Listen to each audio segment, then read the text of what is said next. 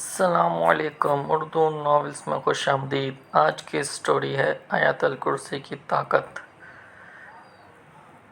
یہ واقعہ میرے ماموں جان جو اب کافی عرصے سے امریکہ میں مقیم ہیں، ان کے ساتھ شہر بہاولپور میں پیش آیا۔ ان دنوں یہ 1970 کی بات ہے۔ ان دنوں ماموں جان سی اے کے امتحان کی تیاری کر رہے تھے۔ شہر بہاولپور کا قدیم علاقہ فرید گیٹ ہمیشہ سے پر رونق رہا ہے۔ رات کے وقت ماموں جان کچھ خریدنے فرید گیٹ آئے۔ مطلوبہ سامان لے کر واپس روانہ ہو گئے۔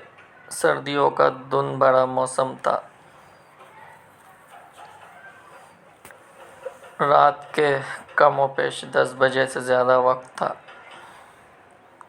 فرید گیٹ سے نکلتے ہی ان کو سڑک کنارے ہاتھ سے رکنے کا اشارہ کرتی ایک عورت جو کہ ایک برقع پوش تھی نظر آئی۔ ماموں جی نے موٹر سائیکل ویسپا روک دیا۔ عورت نے کہا، آپ کا احسان ہوگا، مجھے بغداد اسٹیشن تک چھوڑ دیں۔ اس وقت کوئی موٹر سائیکل رکشہ اور موٹر رکشہ نہیں مل رہا اور میرا جانا بہت ضروری ہے۔ ماموں جان کا گھر بغداد اسٹیشن سے 1 کلومیٹر پہلے ہمتیان میلے والی گلی میں تھا، لہٰذا انہوں نے اسے بیٹھنے کو کہہ دیا۔ وہ عورت ان کے پیچھے بیٹھ گئی۔ 5 منٹ کے سفر کے بعد میلے والی گلی آ گئی۔ ماموں جان اس کو کہا، میرا گھر اس گلی میں ہے، مگر میں آپ کو آپ کے گھر تک چھوڑ دیتا ہوں۔ مگر عورت خاموش رہی۔ بغداد اسٹیشن قریب آتا گیا اور سڑک سنسان ہوتی گئی۔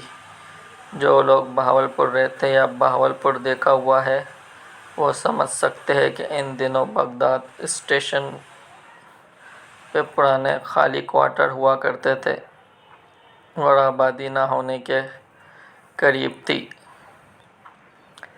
بغداد اسٹیشن کے سامنے مین روڈ پر موٹر سائیکل روک کر ماموں جان نے کہا کہ لیجیے، آپ کی منزل آ گئی۔ وہ عورت بولی، وہ سامنے تیسری گلی میں میرا کوارٹر ہے، وہاں اتار دیں۔ ماموں جان نے حامی بھر لی۔ 2 گلیوں کے سامنے سے گزرتے ہوئے ماموں جان کو یوں لگا جیسے موٹر سائیکل پہ وزن بھر گیا ہے۔ ماموں جان بولے، میری بہن، وقت نہیں اکیلے نہ رات کو نکلا کرو۔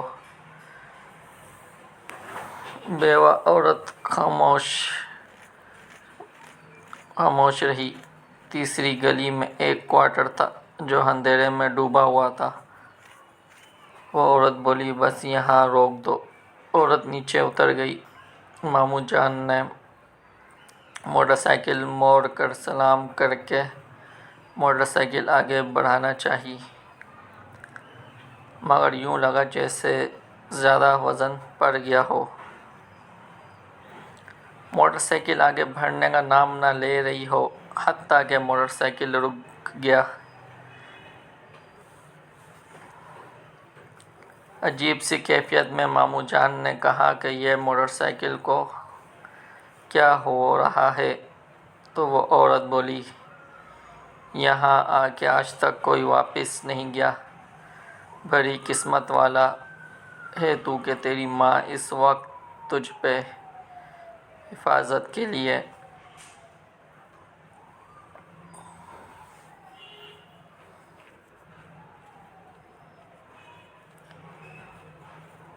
آیت الکرسی پڑھ کے پھونک رہی ہے۔ تیرے گلے میں جو تعویذ ہے وہ مجھے مجبور کر رہا ہے، ورنہ اب تک میں تیرا خون سارا نکال چکی ہوتی۔ ماموں جان نے کپ کپاتے ہونٹوں سے اعوذ باللہ کہا اور موٹر سائیکل کو ریس دی۔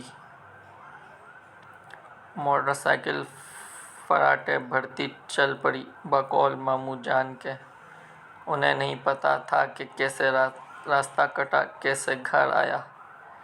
گھر آ کے زور زور سے دروازہ بجایا کہ سب کی آنکھ کھل گئی۔ گھر جا کے